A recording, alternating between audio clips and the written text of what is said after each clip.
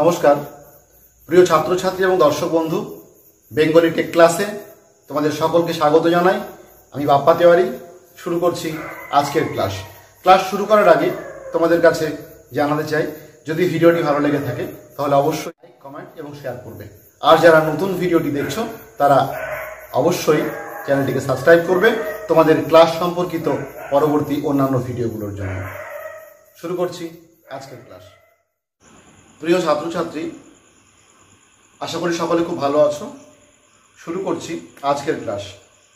নবম শ্রেণীর সাহিত্য সঞ্চয়ন বইয়ের 59 পৃষ্ঠায় তোমাদের কবি সত্যেন্দ্রনাথ দত্তের লেখা আমরা কবিতার অষ্টম স্তবক সম্পর্কে যে পাঠটি আছে সেই স্তবকটি পাঠ করে আজকে আলোচনা করব। এটি আজকের ক্লাসের মূল বিষয়বস্তু। তোমরা তোমাদের বইয়ের 59 পৃষ্ঠাটি বার করো। ক্লাস শুরু করার পূর্বে তোমাদের জানাই, বিগত ক্লাসগুলিতে আমি নবম শ্রেণীর আমরা কবিতার 7টি স্তবক নিয়ে আলাদা আলাদা ভিডিও তৈরি করেছি। প্রত্যেকটি ভিডিও তোমরা দেখবে এবং তোমাদের বোঝার এবং জানার প্রয়োজনে, এবং যদি চ্যানেলটি সাবস্ক্রাইব না করে থাকো তাহলে সাবস্ক্রাইব করবে এবং ভিডিওটি ভালো লেগে থাকলে অবশ্যই লাইক, কমেন্ট এবং শেয়ার করবে। শুরু করছি আজকের ক্লাস। 59 পৃষ্ঠাতে তোমাদের আমরা কবিতার অষ্টম স্তবক। কবিতাটি পাঠ্যাংশ কেন্দ্রিক আলোচনার পূর্বে আমরা পাঠ করে নেব।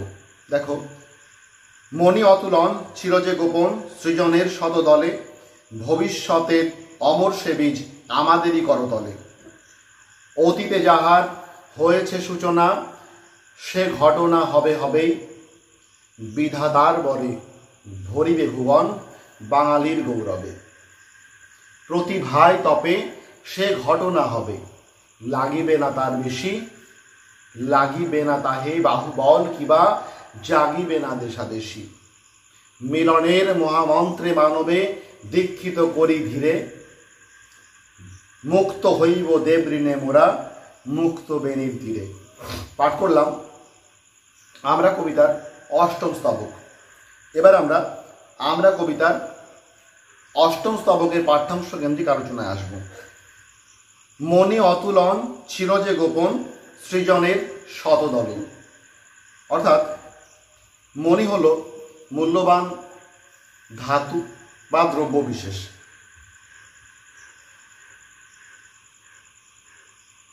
অতুলন শব্দের অর্থ হচ্ছে অতুলনীয়, যার তুলনা নেই। ছিল যে গোপন, গোপন শব্দের অর্থ হচ্ছে সুপ্ত ছিল, লুকায়িত ছিল, লুকানো ছিল, চাপা ছিল, গুপ্ত ছিল, প্রকাশিত ছিল না বা অপ্রকাশিত ছিল। সৃজনের শতদল বলতে সৃষ্টির শতধারা, শতদিক। শতদল শব্দের অর্থ হচ্ছে পদ্ম, কিন্তু শতদল বলতে এখানে সৃষ্টির বিভিন্ন দিক, সে বিভিন্ন দিককে বোঝানো হচ্ছে।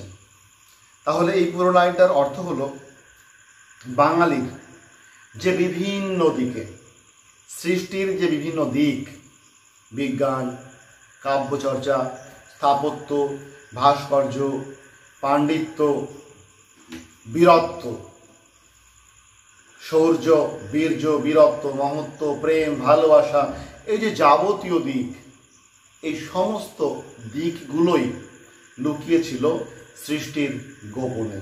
সমস্ত সৃষ্টির মধ্যেই সৃষ্টির শতধারায় মণির মতো উজ্জ্বল হয়েছিল, মণির মতো মূল্যবান হয়েছিল বাঙালির এই সমস্ত সৃষ্টির ধারা। এরপরের লাইন, ভবিষ্যতের অমর সে বীজ আমাদেরই করতলে। অর্থাৎ সৃষ্টির যে শত ধারা বাঙালি সৃষ্টি করে গেছে, যা মণির মতো মূল্যবান, ভবিষ্যতে তেমনই সৃষ্টি হবে আমাদেরই এই হাতের দ্বারা, আমাদের দ্বারা। কবি এটাই বলেছেন যে ভবিষ্যতে যে অমর সৃষ্টি বাঙালি করবে, সেই সৃষ্টির বীজ আমাদেরই হাতে আছে। এই কবিতায় কবি অতীতের গৌরব কথা যেমন গেঁথেছেন, তেমন কবি এই শেষ স্তবকে এসে বাঙালির ভবিষ্যৎ যে গৌরবময়, সেই গৌরবকে স্পষ্ট করে ফুটিয়ে তোলার চেষ্টা করেছেন। আর সেই জন্যই কবি বলেছেন যে ভবিষ্যতের অমর যে সৃষ্টির বীজ, তা আমাদেরই হাতের সৃষ্টি হবে, তার দায়িত্বভার আমাদেরই হাতে। কারণ আজকে তোমরা যারা পড়াশোনা করছো তারা প্রত্যেকেই, কেউ হবে ডাক্তার, কেউ হবে কবিরাজ, কেউ ইঞ্জিনিয়ার, কেউ বিজ্ঞানী, তাই না? বিভিন্ন দিকে তোমরা তোমাদের খ্যাতিকে ছড়িয়ে দেবে। যাই হোক, তার পরের লাইন, অতীতে যাহার হয়েছে সূচনা সে ঘটনা হবে হবে। অতীতে যে ঘটনা ঘটেছে, অর্থাৎ অতীতে বাঙালি যে গৌরব গাথা সৃষ্টি করেছে সেই ঘটনা অবশ্যই আবার হবে। বিধাতার বরে ভরিবে ভুবন বাঙালির গৌরবে।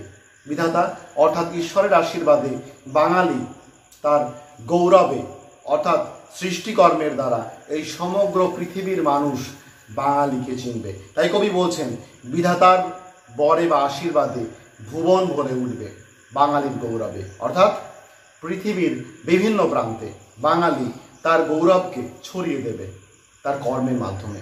এর পরের লাইন, প্রতিভায় তপে সে ঘটনা হবে লাগিবে না তার বেশি।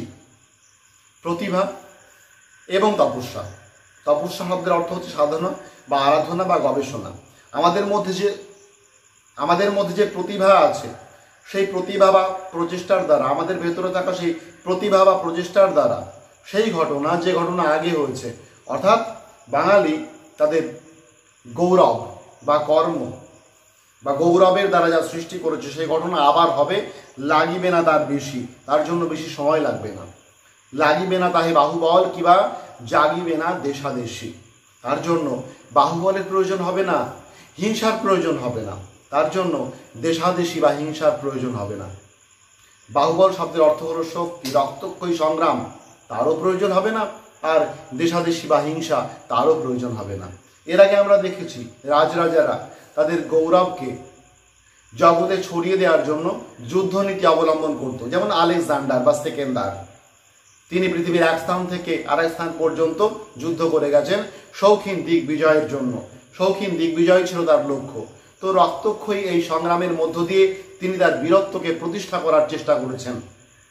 কিন্তু বাঙালি তাদের গৌরবকে প্রতিষ্ঠা করতে এমন কোনো রক্তক্ষয়ী সংগ্রাম, যুদ্ধ, লড়াই, হিংসার আশ্রয় নেবে না।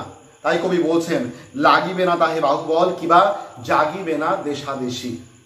সেই গৌরব সৃষ্টির জন্য তিনি বাঙালি হিংসা, মারামারি এসবের কোনো প্রয়োজন হবে না।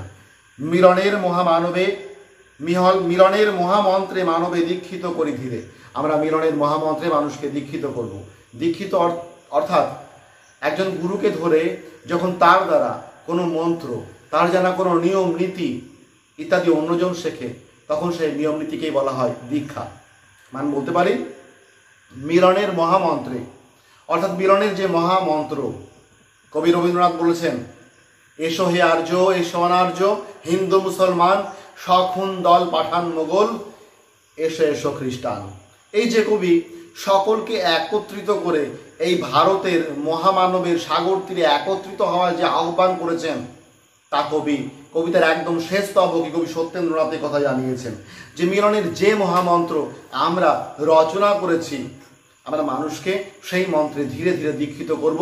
সেই মন্ত্রে থাকবে না কোনো হিংসা, সেই মন্ত্রে থাকবে না কোনো রক্তক্ষয়ী সংগ্রাম বা লড়াই। মুক্ত হইব দেব ঋণে মোরা মুক্ত বেনির তীরে। অর্থাৎ কবি বলতে চেয়েছেন যে দেবতার কাছে আমরা মুক্ত হব, আমরাও দেবতার কাছে ঋণ মুক্ত হব। দেবতাও তো চাই এই সমগ্র বিশ্ব যেন এক বন্ধনে আবদ্ধ থাকে, আমরাও সেই কাজটাই করব দেবতার আশীর্বাদে, মিলনের মহামন্ত্রের দ্বারা। এ প্রসঙ্গে আর একটা কথা বলতে পারি যে কবি বাঙালির গৌরব কথার পাশাপাশি তাদের দয়া, প্রেম, ভালোবাসার কথাও কিন্তু এই কবিতায় বলেছেন। দেবতার নির্দেশে তারই সৃষ্টি করা এই সমগ্র মানব জাতি যেন মিলেমিশে থাকতে পারে, দেবতাও সেটাই চান। আর বাঙালি তাদের মনে কোনো হিংসা, কোনো দেশ, কোনো সংগ্রামের লড়াইয়ের ইচ্ছা না রেখে সমগ্র বিশ্ববাসীকে এক করলে তবেই দেবতাও খুশি হবেন, আর আমরাও দেবতার সেই ঋণ থেকে মুক্ত হব, দেবতার ঋণ থেকে মুক্ত হওয়া সম্ভব হবে। এটাই হচ্ছে 8 নম্বর স্তবকের আলোচ্য বিষয়। যাই হোক, তোমরা আশা করি বুঝতে পেরেছ। যদি ভিডিওটি ভালো লেগে থাকে তাহলে অবশ্যই লাইক, কমেন্ট এবং শেয়ার করবে, এবং পরবর্তী ভিডিওর জন্য অবশ্যই চ্যানেলটিকে সাবস্ক্রাইব করে রাখবে যারা সাবস্ক্রাইব করোনি। সকলে ভালো থাকবে, সুস্থ থাকবে। পাঠ্যাংশ কেন্দ্রিক আলোচনা যদি কোনো সমস্যা থেকে থাকে তাহলে অবশ্যই কমেন্ট বক্সে কমেন্ট করবে। ধন্যবাদ সকলকে।